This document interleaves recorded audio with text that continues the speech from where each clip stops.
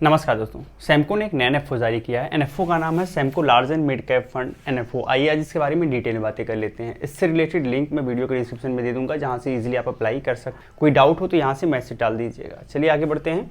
और बेसिकली अगर आप इसमें एसआईपी करना चाहते हैं 500 रुपये से कर पाएंगे। अगर आप लमसम करना चाहते हैं तो आपको 5000 रुपये लगाना पड़ेगा। इनिशियल लेवल पर 10 रुपये की नीबी होगी। 5 जून 2025 से एप्लीकेशन लिया जाएगा। 19 जून 2025 लास्ट डेट है और आपकी स्कीम रीओपन हो जाएगी 30 जून 2025 को। इसके बीच में अलॉटमेंट होगा। इसके बाद 30 तारीख को आपका प्रॉफिट लॉस दिखने लगेगा।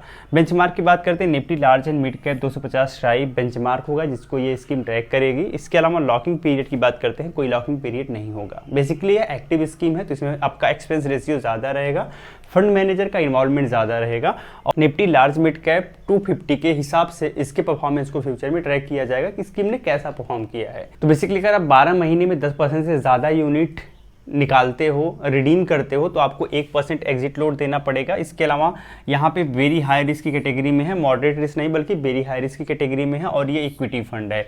इसके अलावा इसे मैनेज करने के लिए मिस्टर उमेश कुमार मेहता हैं, मिसेज निराली भंसाली हैं और मिस्टर धवल धनानी हैं। ये 3 लोग मिलके इसको मैनेज करेंगे। सिर्फ ये 3 लोग मिलके मैनेज नहीं करेंगे, इनकी पूरी टीम होगी। आरए बहुत सारे होंगे, रिसर्च एनालिस्ट बहुत सारे होंगे, तो ये पूरी टीम इनको मैनेज करेगी।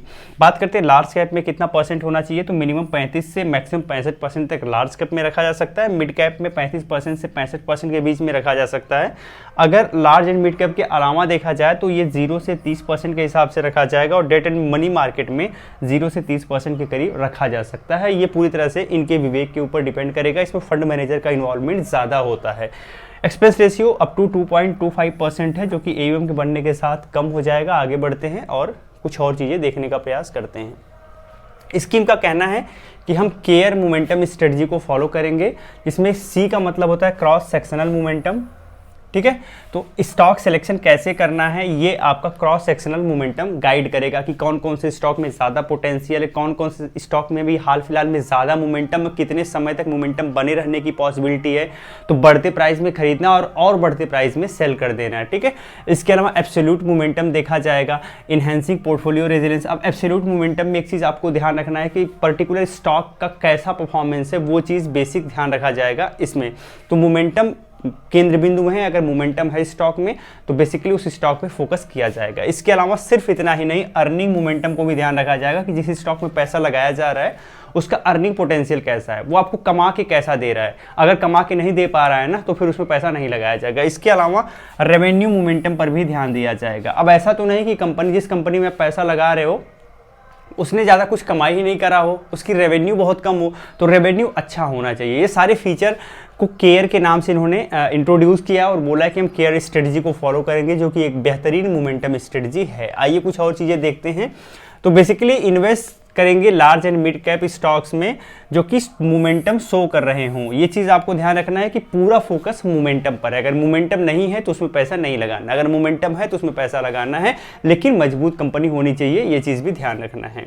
इसके अलावा जब तक ट्रेंड रहेगा, जब तक अप ट्रेंड रहेगा, तब तक ये होल्ड करेंगे। जैसे इनको लगेगा कि यार ट्रेंड खत्म होने वाला है, साइकिल चेंज होने वाली है, भैया निकल जाओ बाहर, उसके बाद नहीं रुकना है। तो इनका मेन उद्देश्य है जब तक प्रॉफिट निकल के आ रहा है तब तक तो बने रहो, जहां प्रॉफिट निकलना बंद, भाई हमारा कोई नाता नहीं।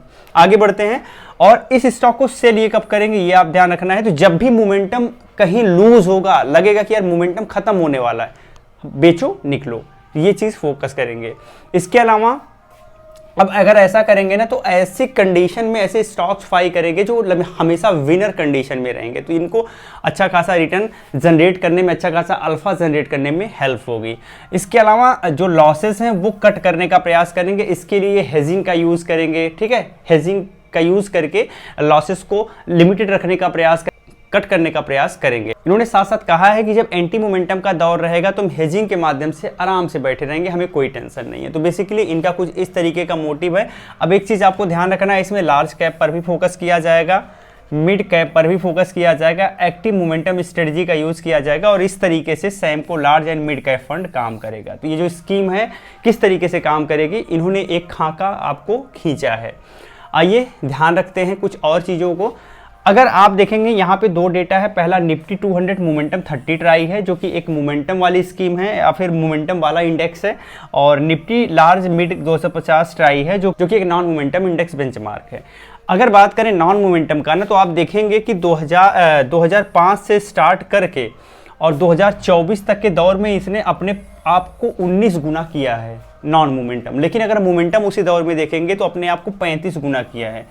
तो लगभग 2x का रिटर्न जनरेट किया है मोमेंटम ने बेसिक नॉन मोमेंटम से। तो यहाँ पे पोटेंशियल ज़्यादा देखने को लग रहा है, तो ये चीज़ भी आपको हमेशा ध्यान रखना है। एक चीज़ आपने और नोटिस किया है कि यहाँ पे जब मार्केट में डिप्रेशन की कंडीशन रहती है तो मार्केट गिरता बहुत ज़्यादा है।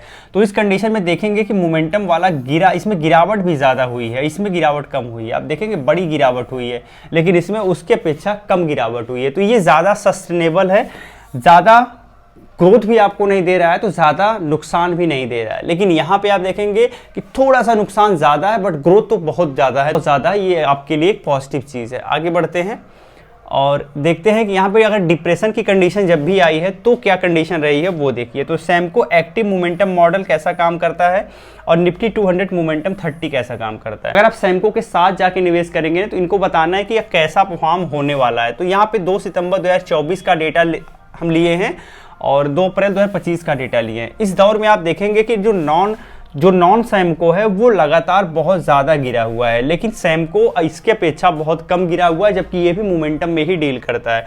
तो इसलिए इनका कहना है कि जो हेजिंग वाला काम हम करते हैं वो हमारे लॉसेस को बहुत ज़्यादा कट करता है। ये एक पॉजिटिव थिंक है। यहाँ पे आप देखेंगे कि लगभग 30% तक का गिरावट हुआ है और इसमें मैक्सिमम जो गिरावट हुआ है वो लगभग 10 से 15% का है। तो ये चीज़ भी आप एक बार कंसीडर कर सकते हैं। यहाँ पे कुछ प्री बिल्ट रिस्क इन्वॉल्व है जो कि आप एक बार देख लीजिएगा, सब में होते हैं। एक्टिव फंड है तो मार्केट रिस्क बहुत ज़्यादा इन्वॉल्व होता है। रिस्कोमीटर को देख लेते हैं तो बेंचमार्क का रिस्कोमीटर वेरी हाई दिखा रहा है, और अगर बेंचमार्क का रिस्कोमीटर वेरी हाई दिखा रहा है तो जनरली स्कीम का जो रिस्कोमीटर है वो भी बहुत ज़्यादा हाई दिखाएगा। आइए लास्ट में स्कीम के बारे में एक ओवरव्यू ले लेते हैं। बेसिकली देखने से स्कीम अच्छी लग रही है। जब भी मोमेंटम को फॉलो किया जाता है तो मोमेंटम से रिटर्न अच्छे खासे जनरेट होते हैं। एक प्रूवन स्ट्रेटजी है जो कि अच्छा रिटर्न आपको जनरेट करके देती है। लेकिन इसके साथ यह एक एक्टिव फंड है तो यहाँ फंड मैनेजर का इन्वॉल्वमेंट बराबर बना रहेगा, तो कॉस्टिंग थोड़ी सी ज़्यादा आएगी, अप टू 2.25% ज़्यादा आएगी। तो अगर आप ज़्यादा कॉस्ट बियर कर सकते हैं, 5 साल से ज़्यादा निवेश करना है, अच्छा रिटर्न आप देखना चाहते हो, मोमेंटम स्ट्रेटजी पर आपको ज़्यादा बिलीव लगता है कि मोमेंटम आपको अच्छा खासा रिटर्न बना के दे सकता है, तो स्कीम को कंसीडर किया जा सकता है। साथ ही सैमको की ये स्कीम केयर मोमेंटम स्ट्रेटजी को फॉलो करेगी, जिसमें जब भी मार्केट डिप्रेशन में रहेगा तो लॉस आपके कम होंगे, जब मार्केट बुलिश फेज में रहेगा तो रिटर्न इनका कहना है कि हम बहुत अच्छा खासा देंगे। तो हम कह सकते हैं इनकी स्ट्रेटजी अगर सही काम करती है तो आपको फ्यूचर में इसमें अच्छा खासा रिटर्न देखने को मिल सकता है। तो अगर आप इसमें निवेश करना चाहते हो, आपका रिस्क एपेटाइट बहुत ज्यादा हाई होना चाहिए क्योंकि थोड़ा सा रिस्क इसमें इन्वॉल्व है। साथ ही निवेश करने के पहले अपने फाइनेंशियल एडवाइजर से सलाह जरूर ले लीजिएगा। यह एजुकेशनल पर्पज की वीडियो है, कोई बाई सेल इन्वेस्टमेंट रिकमेंडेशन नहीं है। हमारे साथ जुड़ के निवेश करने के लिए नंबर आपको पहले मैंने दे दिया, वहां से आप संपर्क कर सकते हैं। वीडियो के डिस्क्रिप्शन में लिंक है, वहां से आप अप्लाई कर सकते हैं। फिर मिलते हैं एक नई वीडियो में, तब तक के लिए जय हिंद।